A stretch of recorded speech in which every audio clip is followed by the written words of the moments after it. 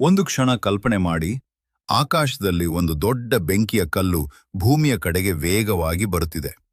ವಿಜ್ಞಾನಿಗಳು ಹೇಳುತ್ತಾರೆ, ಒಂದು ದೊಡ್ಡ ಆಸ್ಟ್ರಾಯ್ಡ್ ಭೂಮಿಗೆ ತಾಗಿದರೆ ಮಾನವ ಸಂಸ್ಕೃತಿ ಸಂಪೂರ್ಣವಾಗಿ ಬದಲಾಗಬಹುದು. ಆದರೆ ನಿಜವಾಗಿ ಏನಾಗುತ್ತದೆ? ಇಂದು ನಾವು ತಿಳಿದುಕೊಳ್ಳೋಣ, ಒಂದು ದೊಡ್ಡ ಆಸ್ಟ್ರಾಯ್ಡ್ ಅರ್ತ್ಗೆ ಬಂದರೆ ಏನಾಗುತ್ತದೆ ಎಂಬ ರಹಸ್ಯ. ಆಸ್ಟರಾಯ್ಡ್ ಅಂದ್ರೆ ಏನು? ಆಸ್ಟರಾಯ್ಡ್ ಅಂದ್ರೆ ಸೌರಮಂಡಲದಲ್ಲಿ ತಿರುಗಾಡುವ ದೊಡ್ಡ ಕಲ್ಲು ಅಥವಾ ಲೋಹದ ತುಂಡುಗಳು. ಇವು ಸಾಮಾನ್ಯವಾಗಿ ಮಾರ್ಸ್ ಮತ್ತು ಜೂಪಿಟರ್ ನಡುವೆ ಇರುವ ಆಸ್ಟರಾಯ್ಡ್ ಬೆಲ್ಟ್ನಲ್ಲಿರುತ್ತವೆ. ಕೆಲವು ಆಸ್ಟರಾಯ್ಡ್ಸ್ ಪಥ ತಪ್ಪಿ ಭೂಮಿಯ ಕಡೆ ಬರುತ್ತವೆ. 66 ಮಿಲಿಯನ್ ವರ್ಷಗಳ ಹಿಂದೆ ಏನಾಯಿತು?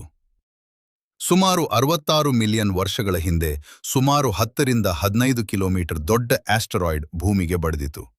ಅದು ಮೆಕ್ಸಿಕೋದಲ್ಲಿ ಚಿಕ್ಸುಲೂಬ್ ಕ್ರೇಟರ್ ಅನ್ನು ಸೃಷ್ಟಿಸಿತು.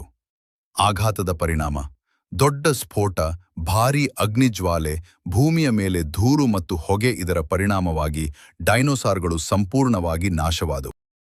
ಇಂದು ಅದೇ ಘಟನೆ ನಡೆದರೆ, ಒಂದು 10 ಕಿಲೋಮೀಟರ್ ಆಸ್ಟರಾಯ್ಡ್ ಭೂಮಿಗೆ ತಾಗಿದರೆ, ಮೊದಲು ಸೂರ್ಯಕ್ಕಿಂತಲೂ ಹೆಚ್ಚು ಉಷ್ಣದ ಸ್ಫೋಟ, ದೊಡ್ಡ ಸುನಾಮಿ, ಭೂಕಂಪ, ಆಕಾಶದಲ್ಲಿ ಧೂಳು ತುಂಬುವುದು.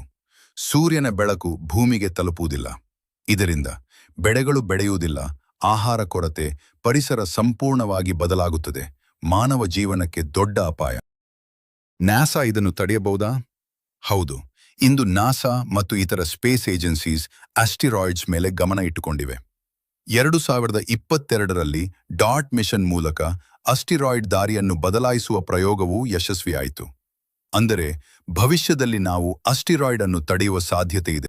ಹಾಗಾದ್ರೆ ಒಂದು ದೊಡ್ಡ ಆಸ್ಟರಾಯ್ಡ್ ಅರ್ಥಗೆ ಬಂದರೆ ಭೂಮಿಯಲ್ಲಿ ದೊಡ್ಡ ವಿನಾಶ ಉಂಟಾಗಬಹುದು.